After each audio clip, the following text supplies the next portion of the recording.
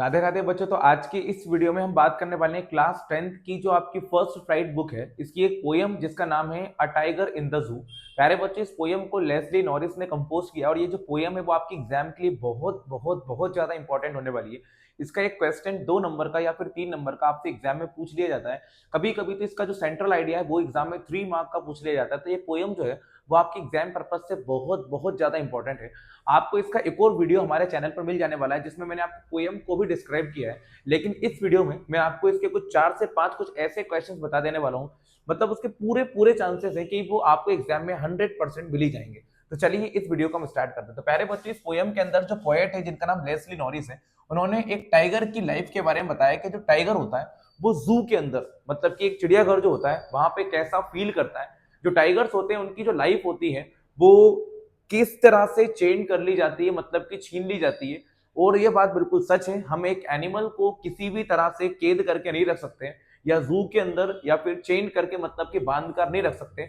उनके पास भी फ्रीडम होनी चाहिए। इसी पोयम के अंदर इसी चीज को डिस्क्राइब किया गया है कि अगर एक टाइगर वुड मतलब कि एक जंगल में होता या फॉरेस्ट में होता तो वो किस तरह से अपनी लाइफ को एंजॉय करता है। और एक टाइगर को अगर जू के अंदर चेन करके रखा जाता है या बांध के रखा जाता है तो वो किस तरह से फील करता है, ये इस पोयम के अंदर डिस्क्राइब किया गया है। तो चलिए इसके क्वेश्चन आंसर को हम देख लेते हैं कि क्या पूछा है।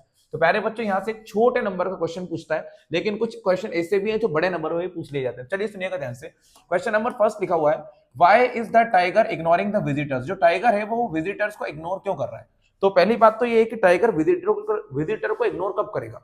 तो जब वो जू मतलब कि किसी चिड़ियाघर के अंदर क्या होगा, केज्ड होगा, मतलब कि बंधा हुआ होगा। तो सुनिएगा ध्यान से, यही पूछा है, why is the tiger ignoring the visitors.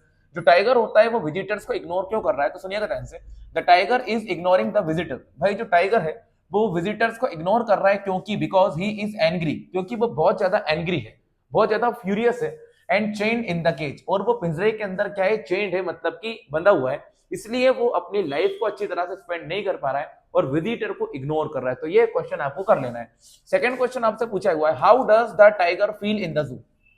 जो टाइगर होता है वो जू के अंदर कैसा फील करता है हमको बताना है। तो प्यारे बच्चों, आपको तो पता ही है, एक टाइगर जो है वो कि एक जंगल में रहने वाला एक एनिमल है। आपको तो अच्छी तरह से पता है कि वो जू के अंदर कैसा फील करेगा। भाई बहुत ज्यादा लोनली फील करेगा, बहुत ही ज्यादा बैड फील करेगा।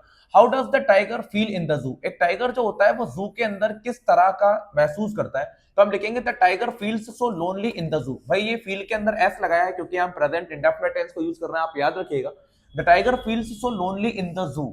जो टाइगर होता है वो जू में बहुत ज्यादा लोनली फील करता है क्योंकि he is chained in the cage, क्योंकि उसे पिंजरे के अंदर बांध कर रखा जाता है, बंद करके रखा जाता है। He has to wander around the cage, इसलिए उसे उसी केज के अंदर ही वांडर करना पड़ता है, मतलब कि घूमना फिरना पड़ता है। सीधी सी बात है, एक केज के अंदर उसकी जो लाइफ होती है वो बहुत ज्यादा बैड होती है, मतलब कि बुरी होती है। ठीक है, ये आपको याद रखना है। इसके अलावा आपको इसके कुछ क्वेश्चन और भी करना है, सुनिएगा ध्यान से। हाउ डज, क्वेश्चन में पूछा है आपसे, how does the tiger act in the cage. जो टाइगर होता है वो किस तरह से एक्ट करता है केज के अंदर। केज मतलब कि जो पिंजरा होता है उसके अंदर जो टाइगर होता है वो किस तरह से एक्ट करता है। तो हमने लिखा है the tiger looks powerless and helpless in the cage. तो याद रखो प्यारे बच्चों, जो टाइगर होता है वो केज के अंदर बहुत ही ज्यादा पावरलेस और बहुत ही ज्यादा हेल्पलेस दिखाई देता है, क्योंकि because he could not show his strong power inside the cage, क्योंकि वो केज के अंदर रहकर अपनी स्ट्रॉन्ग पावर को शो नहीं करा सकता। इसका मतलब सीधी सी बात है, वो बहुत ज्यादा पावरलेस हो जाता है, हेल्पलेस हो जाता है।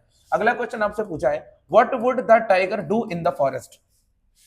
टाइगर जो है वो फॉरेस्ट में क्या करता है। फॉरेस्ट मतलब कि अगर वो जंगल में रहता है, अगर वो वुड्स में रहता है तो वो वहां पे कैसा फील करता है। The tiger can enjoy complete freedom in the forest. जो टाइगर होता है अगर वो फॉरेस्ट में होता है तो वो अपनी कंप्लीट फ्रीडम को एंजॉय करता है। He would walk in the forest without fear. वो फॉरेस्ट के अंदर बिना किसी डर के क्या कर सकता है, वॉक करता है, मतलब कि चलता है। जबकि ये केज के अंदर वो ऐसा बिल्कुल भी नहीं कर पाता। तो प्यारे बच्चों, फिफ्थ क्वेश्चन में आपसे पूछा है, what does the poet want to convey through this poem. इस पोएम के द्वारा जो पोएट है जिनका नाम लेस्ली नॉरिस है, वो क्या कन्वे करना चाहते हैं, हमको क्या बताना चाहते हैं। ठीक है, सुनिएगा ध्यान से, क्या कंक्लूजन देना चाहते हैं। What does the poet want to convey through this poem. इस पोएम से जो पोएट है वो क्या कन्वे करना चाहते हैं। तो सुनिएगा, the poet wants to say that, या the poet wants to convey that, poet हमको बताना चाहते हैं animals must have freedom like human, कि एनिमल्स के पास भी वैसी फ्रीडम होनी चाहिए जैसे कि हम ह्यूमंस के पास है, जैसे कि हम इंसानों के पास है।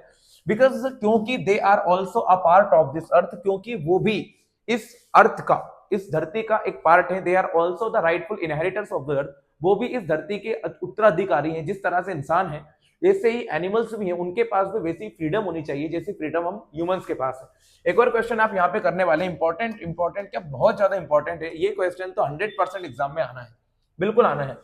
Right the central idea of the poem a tiger in the जू। ये जो पोयम है जिसका नाम है अ टाइगर इन द जू, इसका सेंट्रल आइडिया आपको करना है, सुनिएगा ध्यान से।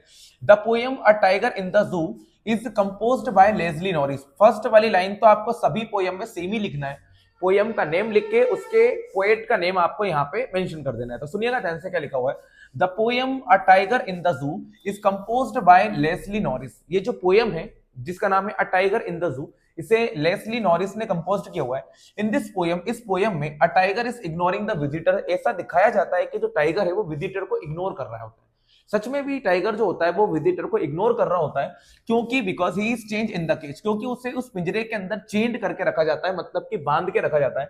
इसीलिए he looks powerless and helpless in the cage, इसलिए वो उस केज के अंदर, उस पिंजरे के अंदर हेल्पलेस दिखाई देता है और पावरलेस दिखाई देता है।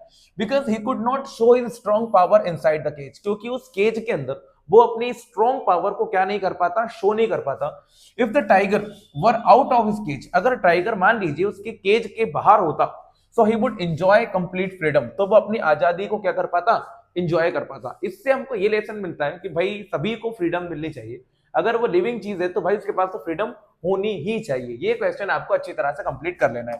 प्यारे बच्चों, एक और क्वेश्चन इसके अंदर आपको देखने को मिलता है, how does the tiger pass his time in the जू। जो टाइगर्स होते हैं वो अपने टाइम को कैसे पास करते हैं जू के अंदर। जू मतलब कि चिड़ियाघर के अंदर या फिर केज, पिंजरे के अंदर अपने टाइम को कैसे पास करते हैं। The tiger is locked in the cage, हमने देखा पोयम के अंदर टाइगर को एक केज के अंदर लॉक कर दिया गया है। So he could not show his strong power, तो वो अपनी पावर को शो नहीं कर पाते। He kept on walking in the cage, वो उस केज के अंदर लगातार चलते रहते हैं। एंड इग्नोरिंग द विजिटर्स, और अपने विजिटर को क्या करते हैं, इग्नोर करते हैं। तो प्यारे बच्चों, ये बहुत ही इंपॉर्टेंट पोयम थी जो कि मैंने आपको यहाँ पे कंप्लीट कर दी है। तो प्यारे बच्चों, इसके अलावा हम बात करते हैं नेक्स्ट पोयम के बारे में।